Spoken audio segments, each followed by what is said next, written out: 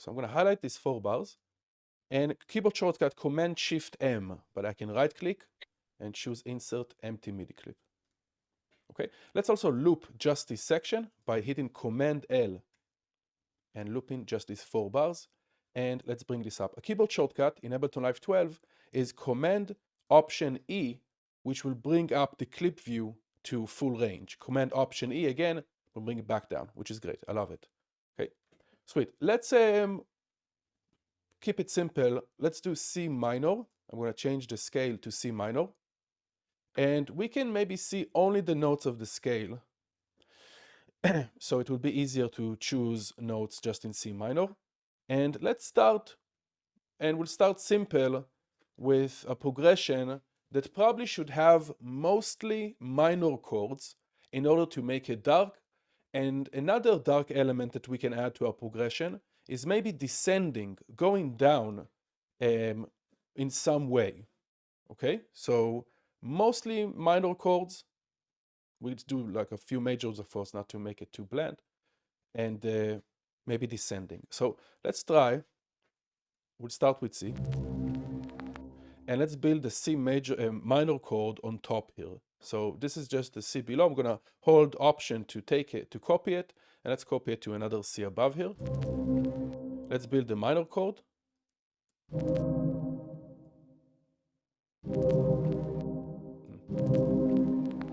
And we can add more notes on top of the 7 or the 9, whatever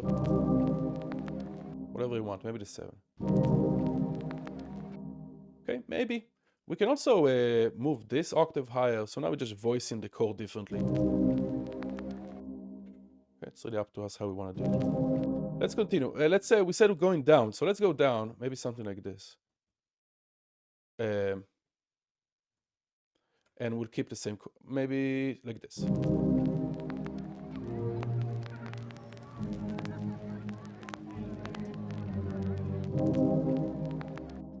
And we might want to extend everything double the time. I'll show you how to do it. Let's first of all finish our progression.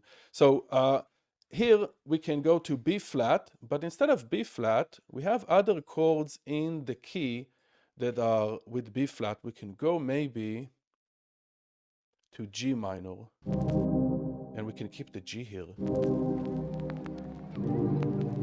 Here we go.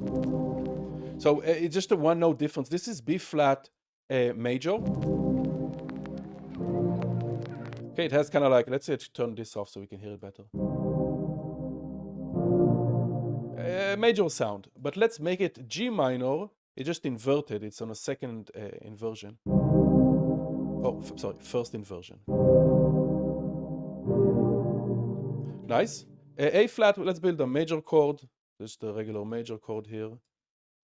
Can we keep the G? Yeah, the G is the 7th.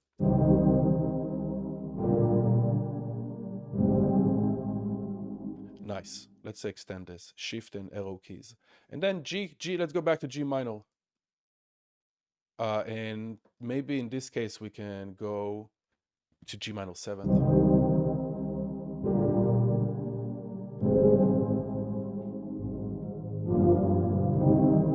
Nice.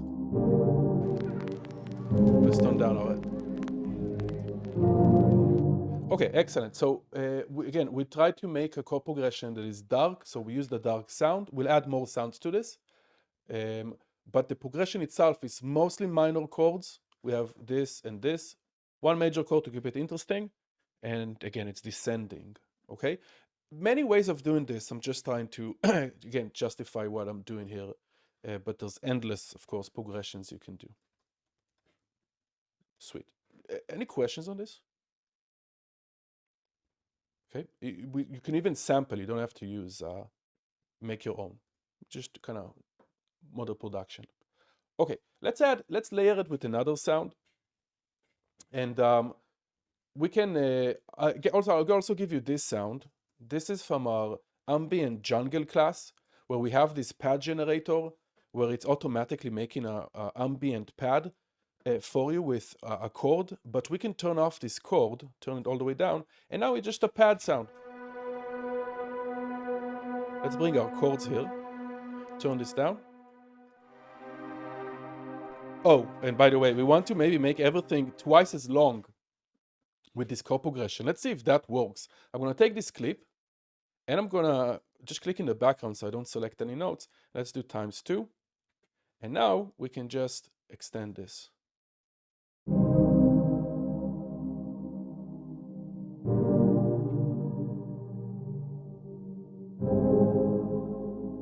Yeah, I think maybe that might work better.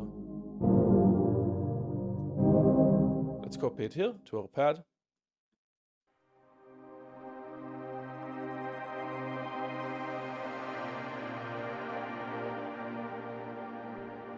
Okay, nice. Let's turn this down. And the pad, let's also filter it, make it a bit warmer. Okay, so just filter it.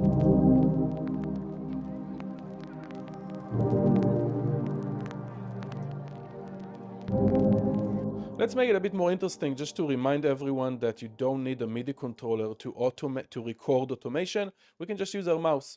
Just gonna hit record here and use my mouse. Now I'm gonna disarm this track because I don't want to record any clips. I just want to record automation.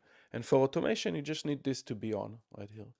So if this is on, I can hit record, start moving this. I want to record again. Let's give me a count in.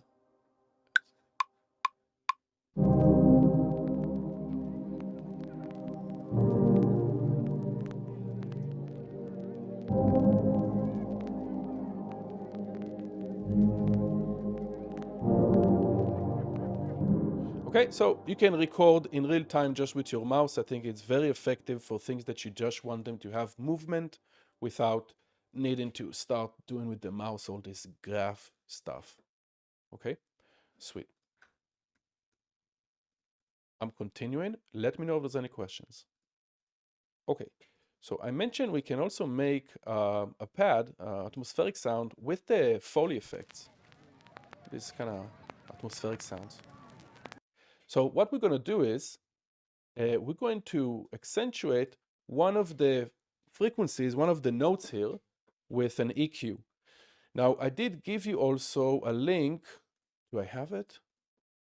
It doesn't really matter because we're going to sample it anyway, but I did give you a link to a Max for Live device. Where is it? Note to frequency. So this is free. You can download that, and that will allow you to see notes, which note is which frequency. Okay, because note is just a musical term of a certain frequency. And the most maybe popular frequency, let's turn one of the filters here, is 440, which is the note A. You probably heard of that before. That's kind of like the central tuning that they use. Now, duplicates of this, or divisions of by 2, meaning 220 is also A, but that's an octave lower, or 880, that's also A, okay? So let's do 440, I'm gonna boost it. I'm gonna make it a very narrow band, and we're gonna listen to it, and let's duplicate this EQ. Oh, you start hearing that? Okay, so we're essentially completely boosting one frequencies and it starts to resonate. That's why we're hearing that tone. Let's also do 220. Here we go. Maybe one more. Okay, maybe we'll do one more of this as well. So I'm just duplicating them. This is purely sound design. Now I can resample that, and let's open up a new audio track, Command T. I'm going to set the input right here to resampling, which will record everything from the master track, solo just my effects group, and record enable. Let's record it. Alternatively, you can just export. Just the effects group soloed. Okay, we don't need more than that. That's fine. Okay, nice. Now I can remove all my EQs because I'm not going to, I want to use the Foley as Foley. I don't want that. But now we have this resonating tone on top of all these Foley effects that we resampled. And now I can actually put it inside a sampler. So if I'm going to open up a new MIDI track, all I need to do is just take this, while I'm focusing on the MIDI track, take this audio and just drop it down here. And it's already sampled into a simpler. Okay? And simpler we talked about a lot in previous classes, and it's extremely powerful. That's the default kind of sampler that we're also going to use for drums and stuff. But just so you know that you can always turn into the simpler into a sampler. We just have different options, a bit more elaborate looping section, modulation system. It's just a kind of more elaborate sampler. Okay, so you can always go back and forth between them. Although if I go to simpler, it won't show me the sample. It's in multi-sample mode, but doesn't matter. Let's use this. Okay, so we sampled it. I'm going to solo this. I'm playing my MIDI keyboard here. Okay.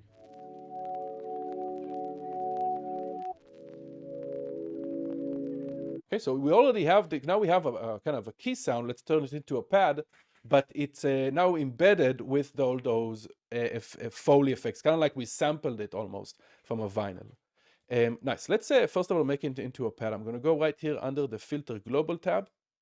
And here we have our envelope. So essentially the sampler is just, and the simpler, is just a synthesizer. If you are comfortable with synthesizers, all of this makes more sense. If not, we're just going to do it together. Right here is the envelope. I'm just going to take the attack. So we have a slight fade in the beginning of the sound. But anyway, we have a fade in the beginning of the sound here, as we can see. So let's also change the start marker.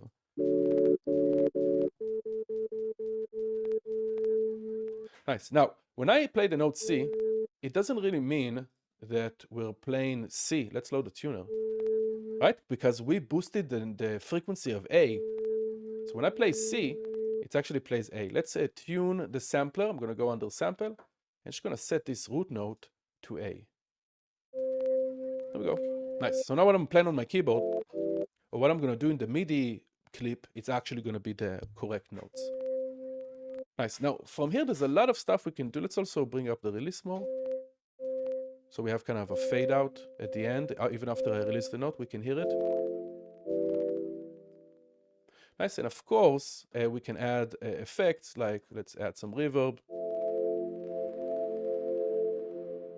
Nice. And we can even do more advanced stuff. I'm not going to go into it really because we want to do other stuff. But for example, I can loop this just quickly. Let's loop this. Here's the loop bracket. And maybe we'll loop a different section here. Okay, let's add a bit of crossfade between the beginning and the end. And we can also randomize where it's looping in our sample with all this modulation stuff we can do. We have LFOs and envelopes. So there's a lot of cool stuff we can do here. Let's just change the loop start. Can we see it? Let's say I forgot to add the modulation amount here. But now this loop start is just going to randomize in different places in the sample, which are going to make it add a bit more movement and of course variation to the sound. So you can, and again, there's many ways of turning sounds into more melodic harmonic elements. This is just one of them. Let's let's call it sample pad. And let's load it here.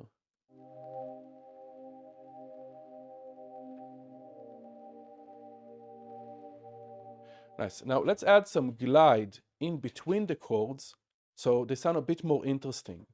So to do that, we can use just the glide option in the simpler or sampler, but let's just use the MIDI envelopes to change the pitch. Okay. Let's go right here under the MIDI tab. We have our pitch bend range, which is 5, and we have our note pitch bend range, which is 48. Let's make the distinction here. Wait, we got something in the chat. Oh, a Granulator 3 is amazing. Yes, absolutely. For this stuff, yeah. Yes, for sure. And 2, and Granulator 2. Let's just make the distinction here. Here we have the pitch bend range, and here we have the note pitch bend range. Okay, pitch bend and note pitch bend. Now the difference is this is monophonic. Let's put it on an octave, and this is polyphonic, MPE. If I go to the clip, and let's look at the device at the same time. This range, it's under the MIDI envelopes right here. And we have MIDI control, pitch bend. And then I can glide all the chords together. And this range will be whatever I set in the instrument. In our case, it's 12.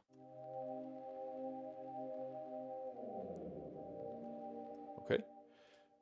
For the note pitch bend, that's under the MPE tab, and that means that you can do per note pitch bending, which is kind of crazy because I can do something like this. It's gonna be, let me see if I can try to do it, but just keep the notes the same. Let's turn it up a tiny bit. Let's also go to the sample. I'm gonna right click and we'll see if we can normalize volumes just a tiny bit.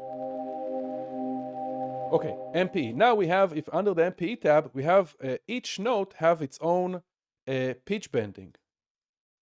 Okay, so this can be useful if you want to make kind of per note gliding, although this might be more immediate.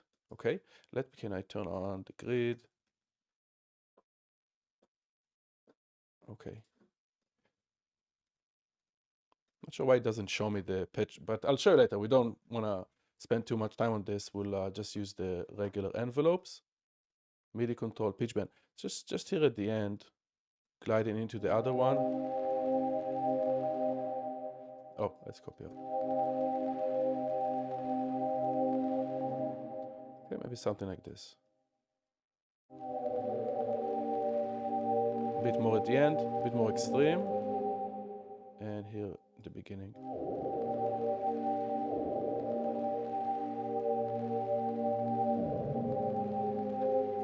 Okay, so just adding more movement, you can do it to all the pads. You can also do it with MP, but that's just easier.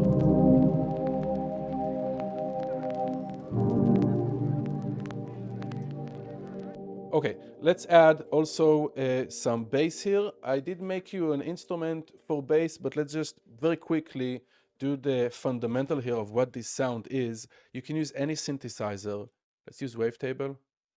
And essentially, this is a Reese bass. If you guys remember from the drum and bass, a Reese bass is just, we play it very low. Usually a saw. And then we mix it with another saw, but they're both sounds are heavily detuned. So here I'm going to detune it down. And this I'm going to tune it up. Okay, and the idea here in Future Garage is that they're filtered. Let's make it monophonic. Let's glide. I don't know if you can hear it. Let's add some drive. Okay, so it's a Reese bass that is filtered. I did make you a preset. Where is it? Here we go. Okay, that you can use, and there's just one macro here for filter, but we can do other stuff with this. I'll show you later if it comes up. But just bass, we're gonna take the chords and let's just put our notes, and maybe we'll shorten them for right now, just in the beginning.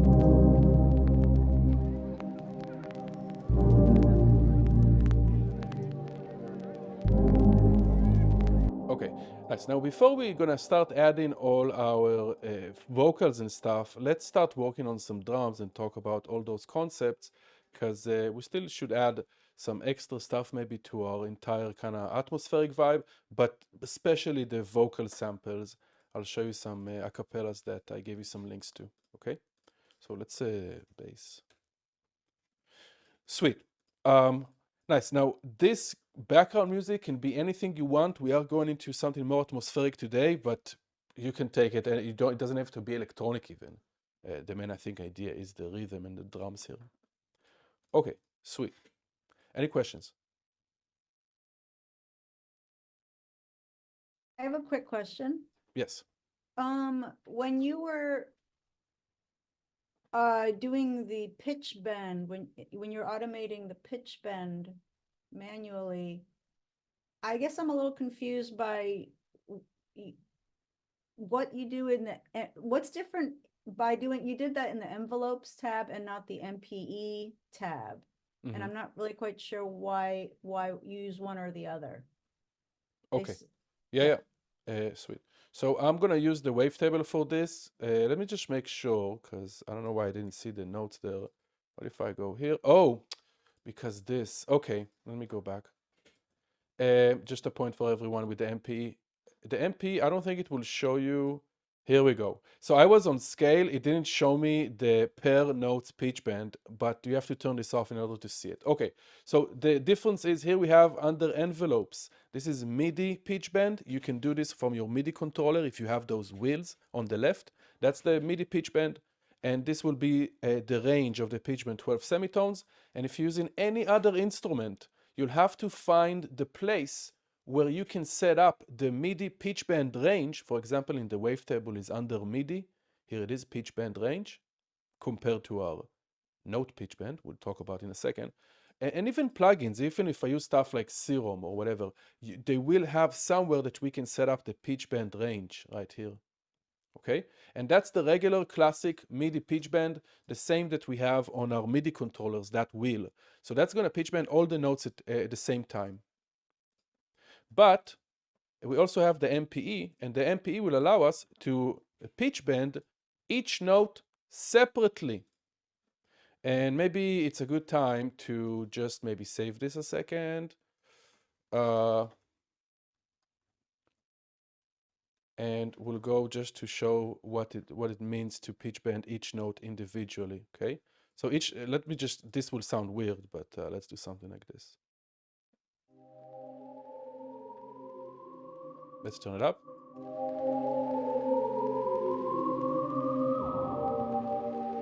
Okay, you see what happened? So we have this note going this here, this note going here. This is monophonic. The pitch bend will happen on all the notes, and this pitch bend is per note. MPE, MIDI polyphonic expression. So each note is its own pitch bend. Check this out, and then we'll come back. Just 1 second, just to emphasize this MPE thing. Let's save this. You guys remember the old movies had this starting where it's kind of like a super fat dissonance chord that turned into a beautiful chord. Here it is. I copied this from the original music sheet. I think we talked about this at one of the classes, but here's a chord. All the notes starts from here, but then we can see the notes start splitting up to different notes, and this is what it sounds like.